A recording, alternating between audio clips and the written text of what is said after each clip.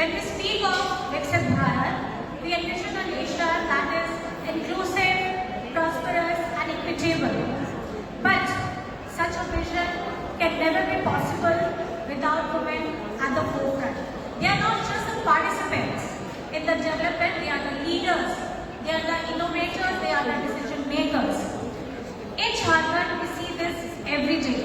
Women leading self-help groups, excelling in sports, preserving our tribal culture and raising the next generation of citizens.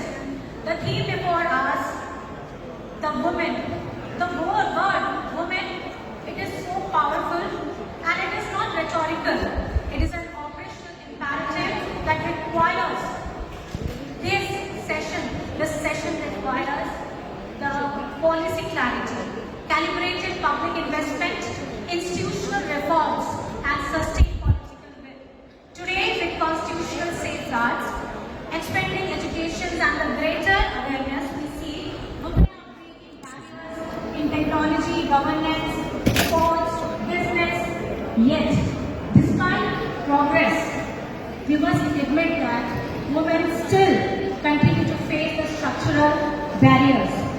Low participation in the labor force, wage gaps, limited access to credit, concerns about safety and underrepresentation in politics. We must accept that their representation and their recognition are still not commensurate with their potential. In Jharkhand, we draw strength from our tribal heritage, where the women play a central role in the economy, particularly in agriculture, forest produce and handicraft. I am proud to say that Jharkhand has placed women at the center of its development agenda. Our girls in Jharkhand have shown outstanding achievements in sports, from the hockey fields to athletics, carrying the name of the state, carrying the name of the nation to the global platforms. In Jharkhand, we have recognized the empowering women is not an option, it is a necessity.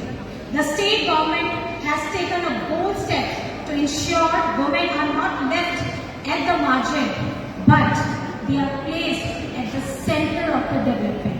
Let me highlight some of our flagship initiatives that are taken by our Honorable CM, Mr. Hemant Soren. The first one is Savitri Phule Kishori Samriddhi Yojana.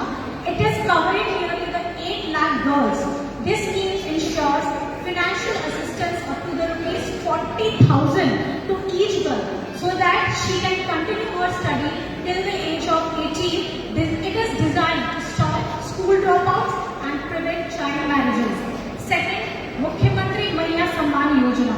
Under this program, 58 lakh women receive 2,500 rupees every month directly in their bank accounts.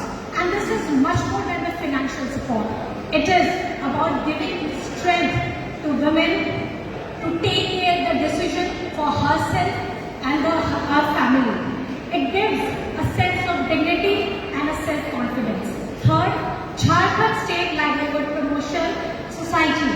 Through the women's self-help groups, the government has enabled credit linkage of more than 15,000 crore in the last 5 years, and it is empowering the lakhs of women and to become entrepreneurs and income earners.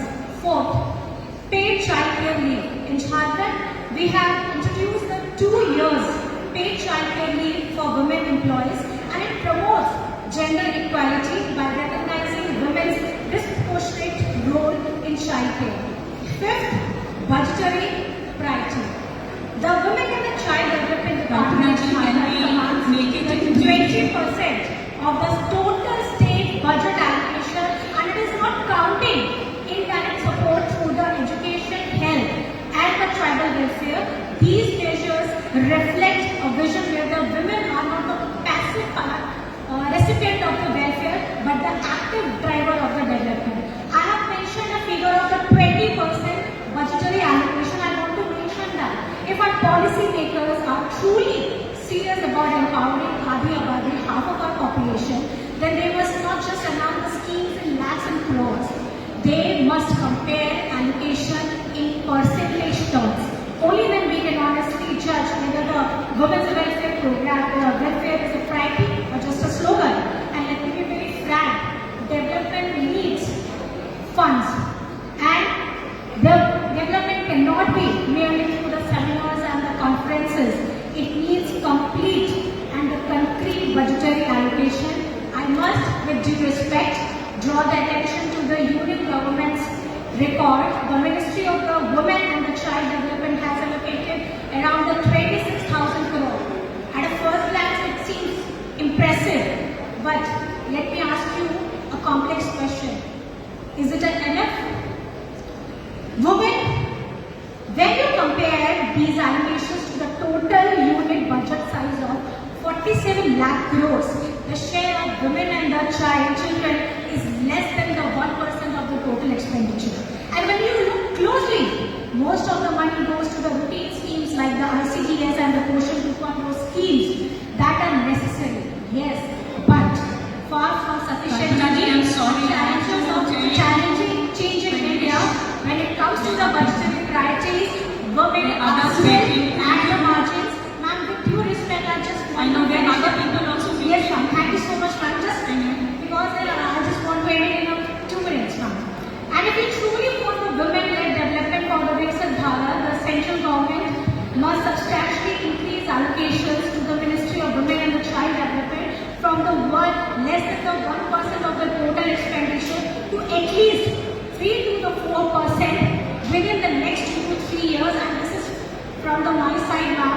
And because of this, I just end with the one tribal quote. हमारे झारखंड में आदिवासी समाज में कहा जाता है कि पेड़ अपने तने की वजह से नहीं बल्कि अपनी जड़ों से मजबूत होता है, और महिलाएं भारत की जड़ें हैं। यदि हम उन्हें शिक्षा, सम्मानपूर्ण जीवन, आर्थिक स्वतंत्रता और अवसरों से पोषित करें तो भारत एक सशक्त राष्ट्र के रूप में आगे बढ़ेगा। लेकिन अगर हम उन्हें उपेक्षित करें तो ये प्रगति कहीं न कहीं थोड़ी खोखली नजर आएगी। महिला सशक्तिकरण केवल महिलाओं का मुद्दा नहीं है, ये एक मानवीय मुद्दा है, ये एक राष्ट्रीय मुद्दा है, और हमारी समितियों को प्रेरक की भूमिका निभाते रहना होगा ताकि हर एक महिला की आवाज सुनी जाए, उसे सम्मान मिले और उसकी आकांक्षाओं को पूरा किया जा सके। आज के इस कार्यक्रम में हमें यहाँ आमंत्रित करने के लिए आप सभी को, सभी आयोजनकर्ता को मैं हृदय से बहुत बहुत धन्यवाद देना चाहती हूँ। और अंत में धन्यवाद, जोहार, जय भारत, जय झारखंड।